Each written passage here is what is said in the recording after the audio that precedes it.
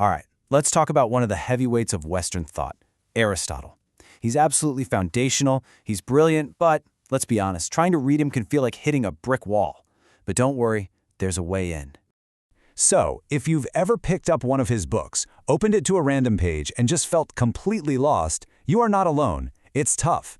The good news is, there isn't just one secret to reading him. There are actually a couple of very different strategies you need depending on which book you're holding.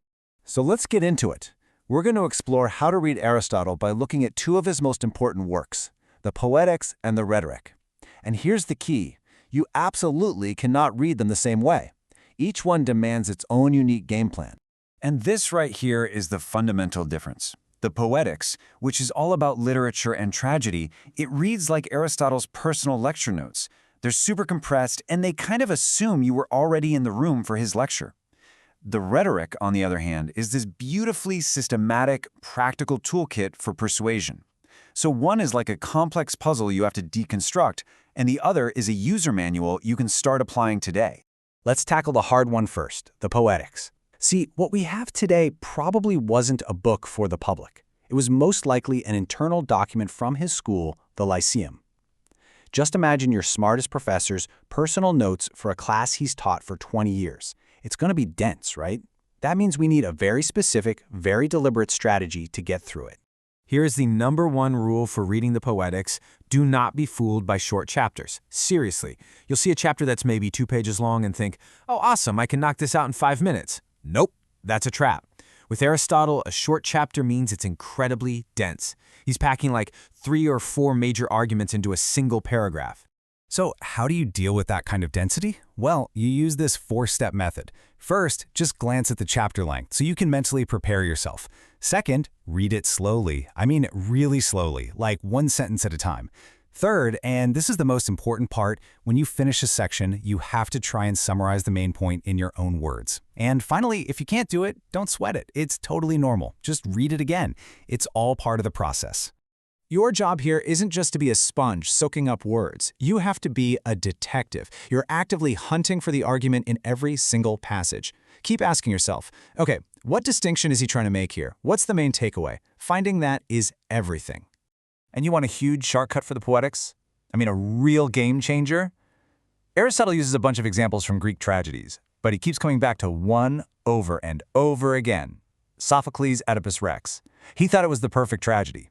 If you just take 5 minutes, literally 5 minutes, to read a quick plot summary of that one play, about a third of the Poetics will instantly click into place. It is a massive return on your time. Okay, let's switch gears completely and talk about the Rhetoric. If reading the Poetics is like being a detective slowly piecing together a cold case, reading the Rhetoric is like being handed a master craftsman's toolkit that honestly feels like it was designed yesterday. You know, the Rhetoric is just a much friendlier read because it's so beautifully organized. It's broken into 3 distinct books.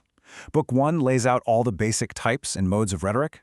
Book 2 gets into the juicy stuff, the psychology of emotion and character. And Book 3 is all about style and how to arrange a speech. Honestly, the best way to read it is just straight through, in order, because each section builds perfectly on the one before it. And this is where it gets really fun. These concepts, they're not just ancient history. They are happening all around you, all the time. As you're reading, start thinking about the last political speech you heard, or that ad that keeps popping up in your social media feed. Heck, think about the last time you tried to convince your friends where to get dinner. The best way to really get Aristotle's ideas here is to see them in action in your own life. Let's break down his 3 most famous tools. You've probably heard of these.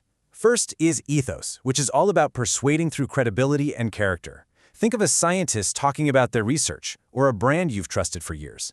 Then there's pathos, the appeal to emotion. That's the charity ad with the sad music, but it's also the hopeful, inspiring story a politician tells. And finally, logos, which is the appeal to logic and reason. Think of a lawyer laying out all the evidence in a case. Once you learn to spot these 3, you will start seeing them everywhere. So let's just quickly recap the 2 different mindsets.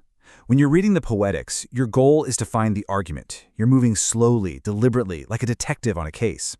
But when you pick up the Rhetoric, your goal is to apply the concepts. You're reading it systematically, like it's a practical toolkit for understanding the world. Okay, to wrap things up, let's go over a few final tips. These are just some practical habits that will make reading any of Aristotle's works a whole lot easier. So most good editions will have a glossary in the back. Do yourself a favor and keep a bookmark right there. Anytime you hit a term and you're feeling a little fuzzy on it, just flip back and check. Don't feel like you have to memorize all the Greek words on day one. Just let them become familiar over time. And a little pro tip, it helps to know who your translator is. For the Poetics, the classic is S.H. Butcher, and for the Rhetoric, it's W. Rise Roberts. And we want to leave you with this. This is the single most powerful question you can ask whenever you feel stuck, whether it's Aristotle or any other dense philosopher. Instead of just trying to figure out his answer, ask yourself this: what question is he trying to answer here? That tiny little shift changes everything. It turns you from someone just passively receiving information into an active participant in a conversation that's been going on for over 2,000 years.